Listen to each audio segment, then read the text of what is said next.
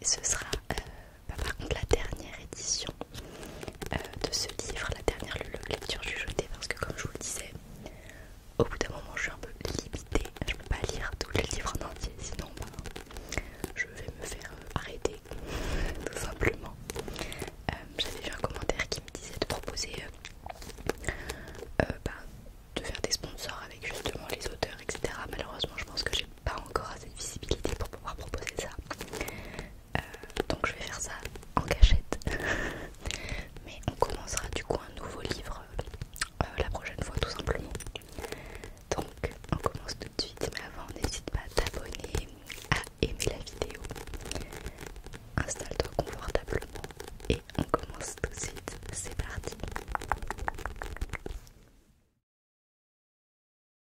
Alors, donc la dernière fois on s'en était arrêté au moment où Finch et Violette vont devoir travailler ensemble pour leur exposé. Donc je reprends. Violette, 153 jours avant l'examen. Samedi soir chez Amanda. Je suis venue à pied, c'est à 3 pâtés de maison de chez moi. Amanda m'a promis qu'il n'y aurait que nous ainsi qu'Ashley et Shelby, parce qu'elle ne parle plus à Suze. Encore. Amanda était l'une de mes meilleures amies, mais nous ne sommes plus aussi proches qu'avant. Depuis que j'ai arrêté les pom-pom girls, nous n'avons plus grand chose en commun. Je me demande d'ailleurs si nous avons un jour eu quelque chose en commun. J'ai fait l'erreur de mentionner cette soirée devant mes parents, du coup je suis obligée d'y aller. Amanda a fait un effort, alors à toi d'en faire un de ton côté, Violette. Tu ne peux pas te servir éternellement de la mort de ta sœur comme excuse. Il faut que tu recommences à vivre. Le « je ne suis pas prête » ne fonctionne plus sur mon père et ma mère visiblement. En traversant le jardin des Wyatt pour tourner au coin de la rue, j'entends déjà les échos de la fête. La maison d'Amanda est illuminée. Comme un sapin de Noël. Il y a des gens aux fenêtres, d'autres sur la pelouse. Le père d'Amanda est propriétaire d'une chaîne de magasins d'alcool.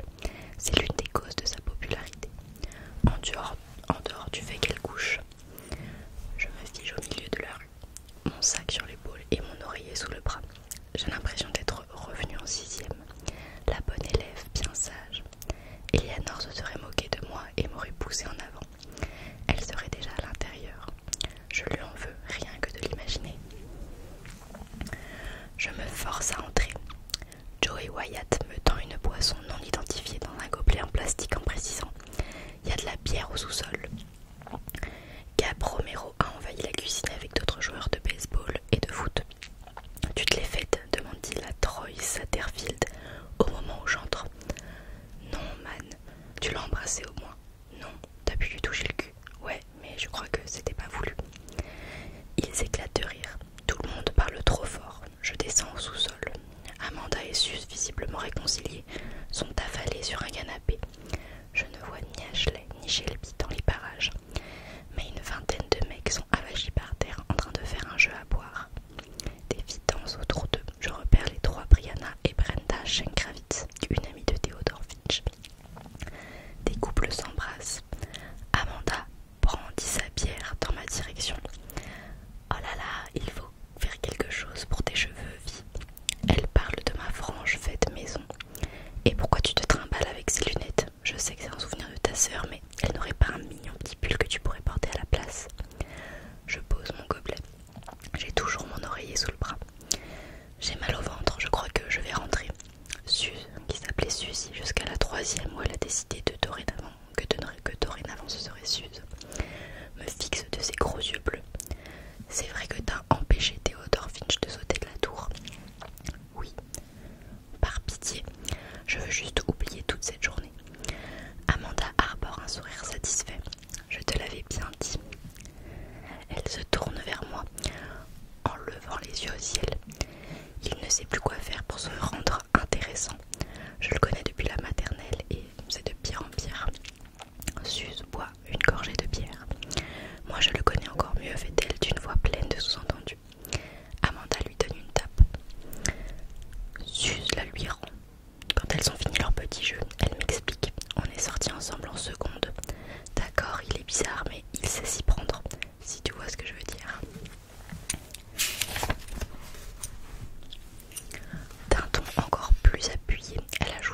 regardant autour d'elle, contrairement à la plupart de ses petits fistons à leur maman. L'un des fistons à sa maman lève la tête en braillant. « Tu veux venir tâter la marchandise, salope ?» Amanda fait mine de taper sus et c'est reparti pour un tour. Je remonte mon sac sur mon épaule. Heureusement que j'étais là. Pour être plus précise, je suis contente qu'il ait été là pour m'empêcher de basculer dans le vide et de m'écraser par terre devant tout le monde. Je n'imagine même pas mes parents si jamais ils perdaient la seule vie qui leur reste. Et pas dans un accident, non, un suicide. C'est pour ça que je suis venue sans trop protester ce soir. J'avais honte de ce que je l'avais failli leur faire subir. Heureusement que tu étais où ? Demande Gab en débarquant avec un seau plein de bière. Il le laisse tomber sans ménagement et met de la glace partout. Suze plante ses yeux dans les siens en susurrant. En haut du clocher, Gab fixe ses seins, puis il se force à me regarder. Qu'est-ce que tu faisais là-haut ? J'allais en cours de philo quand je l'ai vu pousser la petite porte au fond du préau, celle qui mène au clocher. Philo, c'est pas en deuxième heure plutôt, s'étonne Amanda. Si, mais j'avais un truc à demander à Monsieur Feldman. Cette porte est verrouillée et barricadée, plus protégée que ton slip à ce que j'ai entendu dire, déclare Gab. Et là, il se tord de rire. Il a dû forcer la serrure, je suppose. Lui ou bien moi. L'avantage de mon air innocent, c'est que j'arrive toujours à m'en tirer. Personne ne me soupçonne jamais. Gab fait sursauter la capsule de sa bière avant de la descendre d'un trait. Tu aurais dû le laisser sauter, cet enfoiré. Il a failli me tuer l'an dernier. Il fait référence à l'incident du tableau. Amanda fait la grimace. Tu crois que tu lui plais ? Non, bien sûr que non. J'espère, fais gaffe avec lui. Il y a encore moins d'1 an, je me serais assise à côté d'elle, une bière à la main pour discuter en rédigeant des commentaires sarcastiques dans ma tête. Elle emploie ces mots précis exprès pour tenter d'influencer le jury. Objection, mademoiselle Monk. Désolée, retirez ça. Mais c'est trop tard, le jury l'a entendu et en tire des conclusions attendues. Si elle lui plaît, c'est qu'il doit lui plaire lui aussi. Mais je reste plantée là, avec mon sac et mon oreiller à me demander comment j'ai pu un jour être amie avec cette fille. Je manque d'air, la musique est trop forte, ça sent la bière, ça me soulève le cœur. C'est alors que j'aperçois Laetitia Lopez du journal du lycée qui se dirige vers moi. Précipitamment je bafouille. Il faut que j'y aille, Amanda, je t'appelle demain. Et avant que quiconque ait pu répliquer, je remonte et je file hors de cette maison. La dernière soirée où je suis allée, c'était le 4 avril, le jour où Eleanor est morte. La musique, les lumières, les rires, les cris vont remonter mes souvenirs. J'ai juste le temps d'écarter mes cheveux de mon visage et de me pencher pour vomir dans le caniveau. Demain, on croira que c'était un gamin qui avait trop bu. Je sors mon portable pour envoyer un texto à Amanda. Désolée, pas en forme. XXV. En tournant les talons pour rentrer chez moi, je tombe sur Ryan Cross. Il est trempé, tout ébouriffé. Ses yeux sont grands et beaux et injectés de sang. Comme tous les mecs un peu mignons, il a un sourire en coin. Mais quand il sourit vraiment, et pas juste avec un seul côté de sa bouche, il a des fossettes. Je n'ai pas oublié à quel point il est parfait. Moi, je ne suis pas parfaite. Je suis pleine de secrets. Dérangée, je ne parle pas seulement de ma chambre, mais de moi. Personne n'aime le désordre. Ce qu'ils aiment, c'est la Violette qui sourit. Je me demande comment réagirait Ryan s'il apprenait que c'est Finch qui m'a dissuadé de sauter et non le contraire. Je me demande comment ils réagiraient tous. Ryan me prend dans ses bras et me fait tournoyer. Moi, mon sac, mon oreiller. Il essaie de m'embrasser, mais je détourne la tête. La première fois qu'il m'embrassait, il neigeait. De la neige en avril. Bienvenue dans le Midwest. Eleanor était en blanc, moi en noir. On aimait bien échanger les rôles de la gentille et de la méchante sœur parfois. Le frère aîné de Ryan, Ellie, nous avait invités à une soirée. Pendant qu'Eleanor montait dans sa chambre, j'ai dansé avec Amanda, Suze, Shelby et Ashley. Ryan était à la fenêtre. C'est lui qui s'est écrié. Il neige. Je me suis approchée sans cesser de danser. Il me regardait et il m'a dit « Viens ». Comme ça. Il m'a pris la main et m'a entraîné dehors. Les flocons tombaient drus, de gros flocons blancs, scintillants. On a essayé d'en attraper en tirant la langue et puis il a glissé sa langue entre mes lèvres et j'ai fermé les yeux tandis que les flocons se posaient sur mes joues. On entendait le vacarme en provenance de la maison.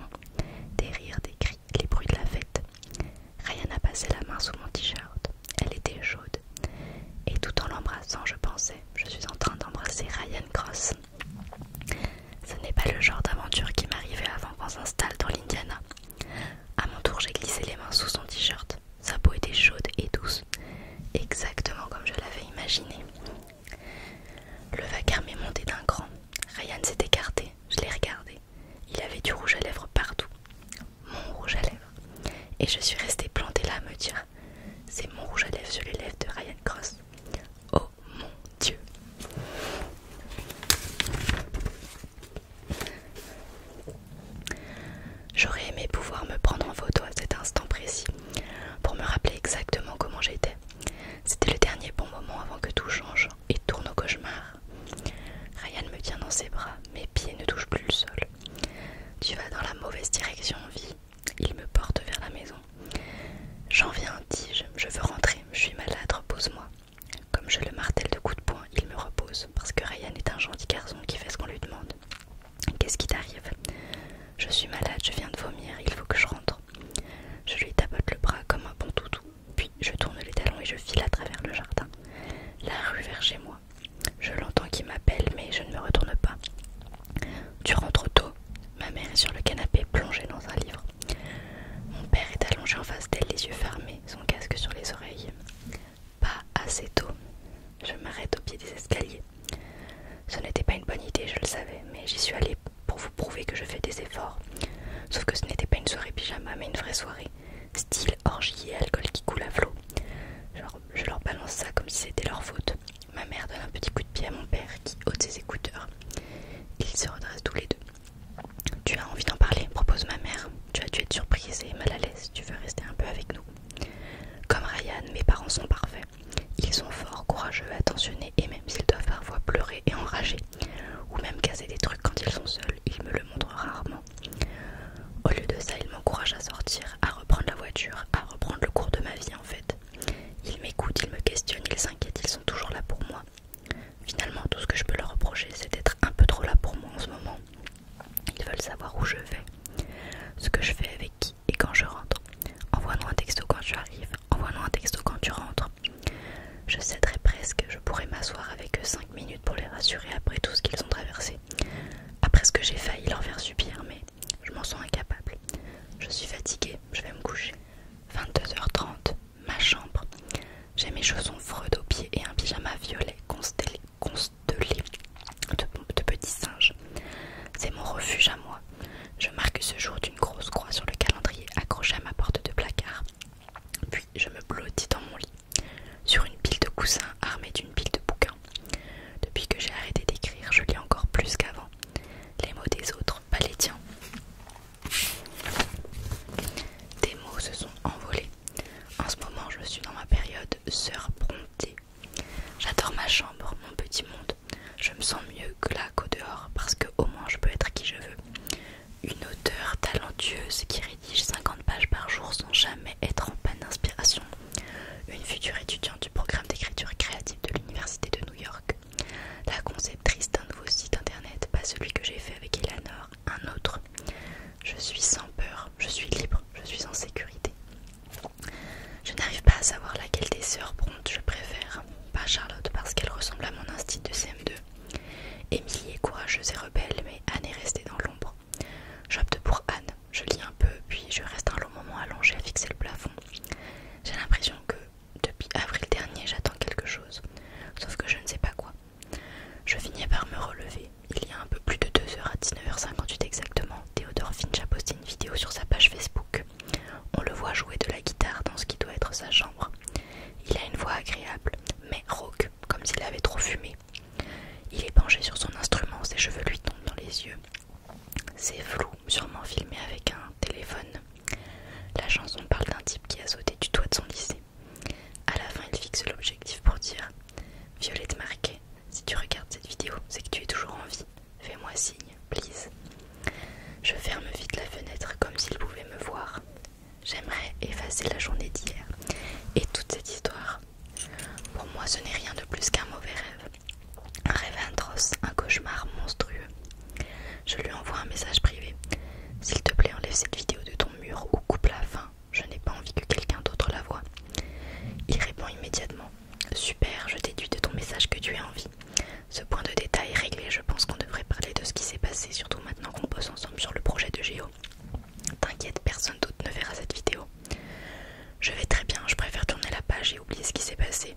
Comment peux-tu en être sûr? Parce que j'ai créé cette page uniquement pour pouvoir te parler. De plus, maintenant que tu l'as vu, cette vidéo va s'autodétruire dans 5, 4, 3, 2. Recharge la page. La vidéo a bien disparu. Si tu n'as pas envie de discuter via Facebook, je peux passer chez toi. Maintenant, dans 5 ou 10 minutes pour être exact, il faut d'abord que je me rhabille, à moins que tu préfères me voir nue.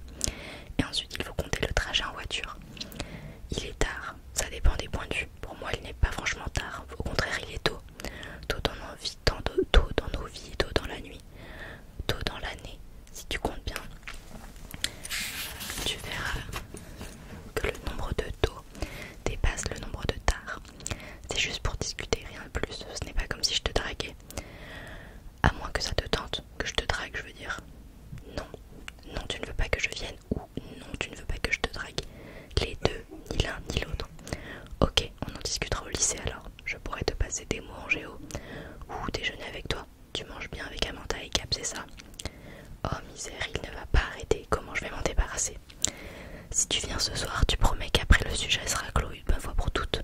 Parole de scout. C'est seulement pour parler, rien de plus, et tu ne restes pas longtemps. J'ai à peine fini d'écrire que je le regrette déjà. Avec la soirée d'Amanda au bout de la rue, n'importe qui pourrait passer par là et le voir chez moi. Moi, t'es toujours là? Pas de réponse. Finch. Finch, 7e jour d'éveil, donc on passe à un nouveau chapitre. Je grimpe dans le vieux 4x4 Saturne de ma mère, surnommé Little Bastard, et je me rends chez Violette marquée par une route de campagne, parallèle à la nationale, l'artère principale qui traverse notre ville. J'enfonce la pédale d'accélérateur. Le compteur monte à 100, 110, 130, 150. Plus j'accélère, plus l'aiguille tremble. Le Saturne fait de son mieux pour jouer les voitures de sport au lieu d'un antique crossover familial. Le 23 mars 1950, le poète italien César Pavese a écrit « L'amour est vraiment la grande affirmation. On veut être, on veut compter, on veut, si l'on doit mourir, mourir valeureusement, avec éclat, rester en somme. » 5 mois plus tard, il est entré dans la rédaction d'un journal et a choisi le portrait qui illustrerait sa rubrique nécrologique dans leur archive photo.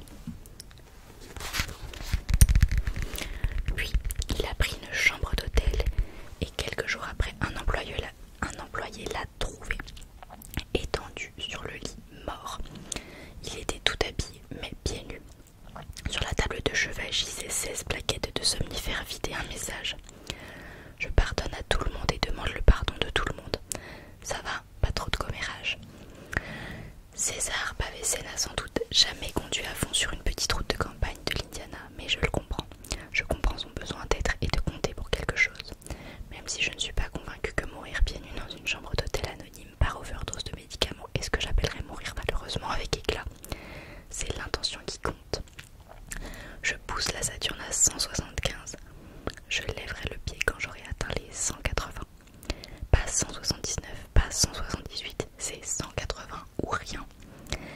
Je me penche en avant comme une fusée. Je fais corps avec la voiture. Je suis la voiture. Et je me mets à hurler parce que j'ai l'impression d'être de plus en plus vivant à chaque seconde. Je sens la vitesse, je sens autour de moi. Et en moi la route, mon sang, mon cœur qui bat dans ma gorge. Je pourrais mourir maintenant dans un valeureux éclat de tôle froissée et de moteur en feu. J'appuie sur l'accélérateur, je ne peux plus m'arrêter. Je suis plus rapide que quiconque sur cette terre. La seule chose qui compte, c'est cette poussée en avant et l'exaltation que je ressens en fonçant vers la grande affirmation. Puis, soudain, à la seconde même où soit mon cœur, soit le moteur va exploser, je lève le pied et je me rabats sur le bas-côté. Je m'envole à bord de Little Bastard et j'atterris quelques mètres plus loin, à moitié dans le fossé. Je mets un instant à reprendre mon souffle.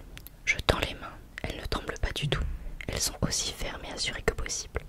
Je regarde autour de moi, le ciel étoilé, les champs, les maisons sombres et endormies. Je suis vivant. Je suis vivant. Violette habite à 2 pas de chez Sus Haynes, dans une grande maison avec une cheminée rouge à l'autre bout de la ville. Lorsque j'arrive à bord de Little Bastard, elle est assise sur le perron, emmitouflée dans un grand manteau, toute petite et esselée. Je la rejoins.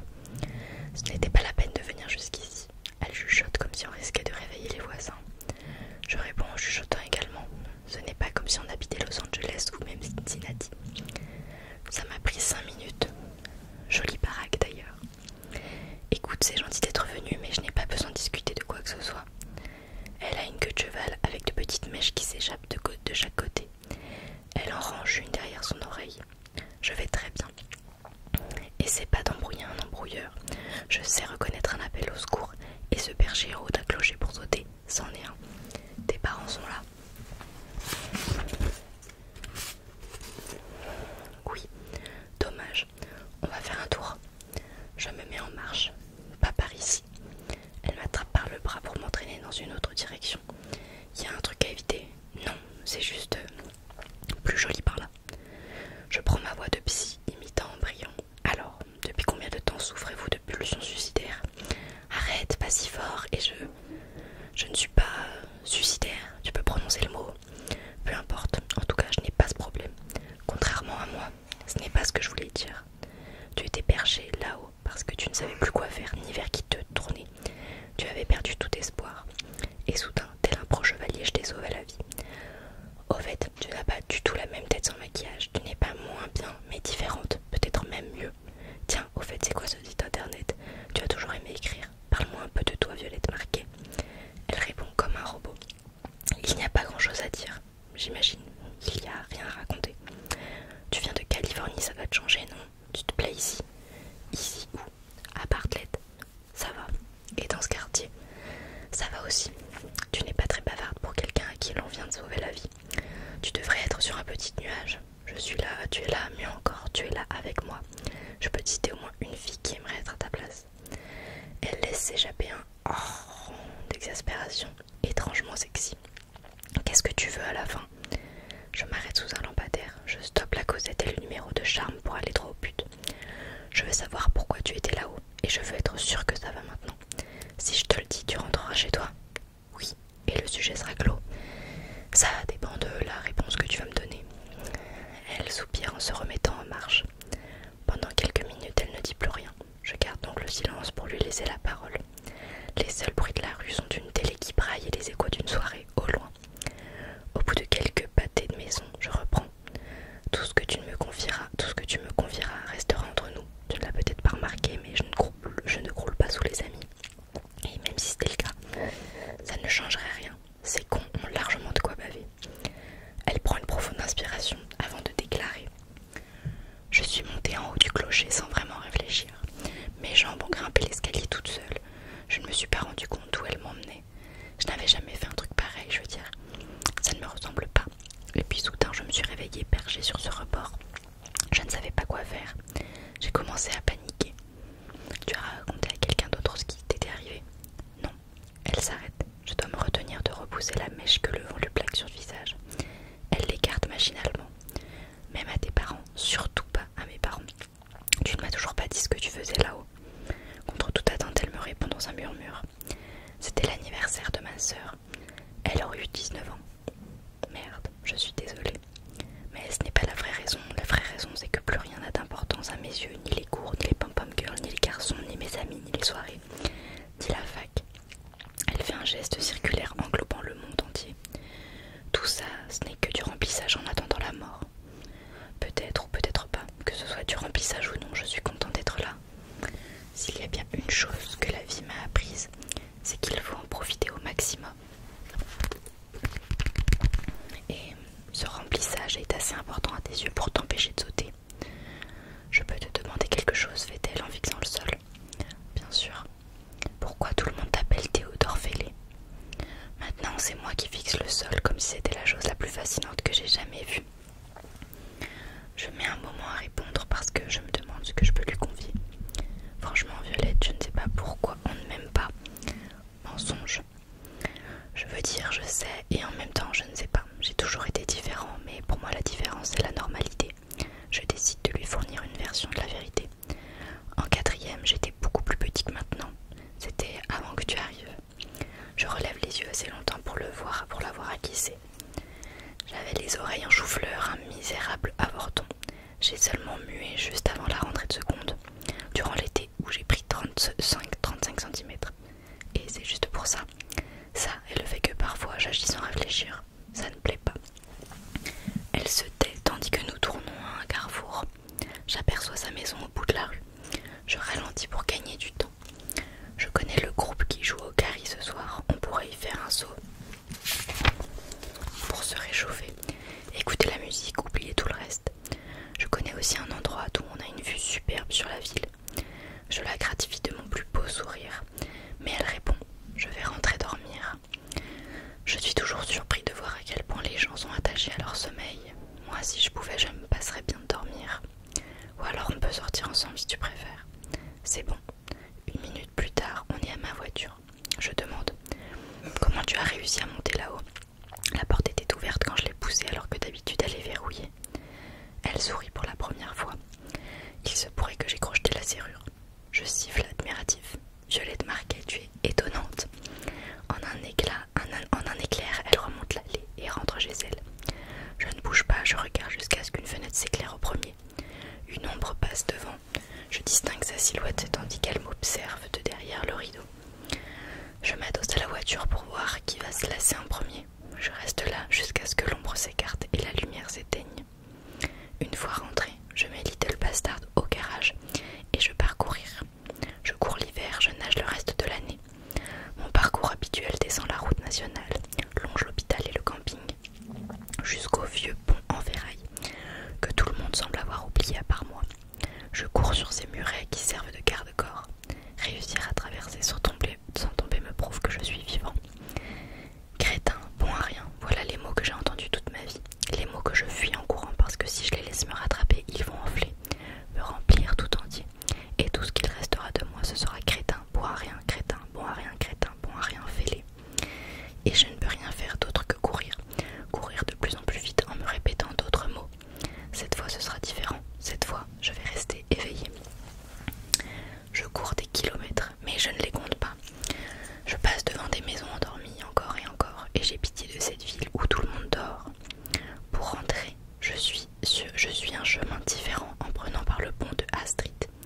Il y a davantage de passages parce qu'il relie le centre-ville au côté est de Bartley, où se trouve le lycée et l'université locale, et tous les quartiers résidentiels qui ont poussé entre les deux. Je regarde ce qui reste de la balustrade. Il y a encore un trou rageur au milieu et quelqu'un y a déposé une croix. Elle gît sur le côté, sa peinture blanche délavée par les intempéries de l'Indiana. Je me demande qui l'a mise là. Violette, ses parents, un élève ou un prof du lycée. Arrivé au bout du pont, je coupe par la pelouse et je descends en dessous. Le lit de la rivière est asséché, jonché de mégots et de canettes de bière vides. Je cours au milieu des détritus, des bières, de la boue. Quelque chose brille dans le noir d'un éclat métallique. J'aperçois plein d'éclats scintillants de verre et de métal. La coque en plastique rouge d'un feu arrière, la forme arrondie d'un rétroviseur, une plaque d'immatriculation cabossée pratiquement pliée en deux. Soudain, tout ça est terriblement réel. J'ai l'impression que je pourrais m'enfoncer au plus profond de la terre, être englouti, emporté par le poids de ce qui est arrivé ici. Je laisse tout en l'état, sauf la plaque d'immatriculation que j'emporte. Ça m'ennuie de la laisser là, dehors, à la vue de tous. N'importe qui pourrait la ramasser en trouvant ça trop cool. Un étranger qui ne connaît ni Violette, ni sa sœur.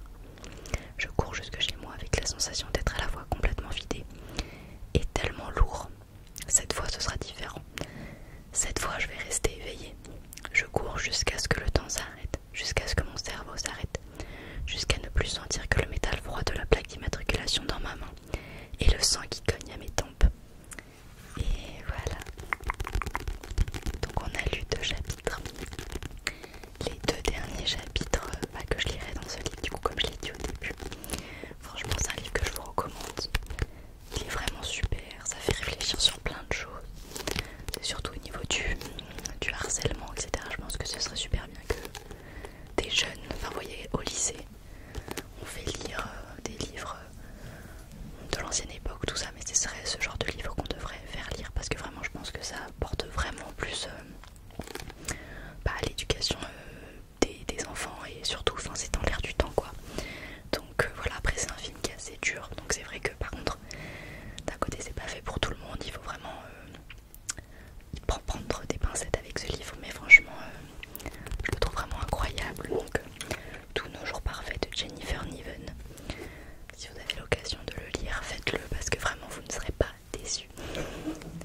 Donc voilà, j'espère que cette vidéo vous a plu. On se retrouve très bientôt pour une prochaine. D'ici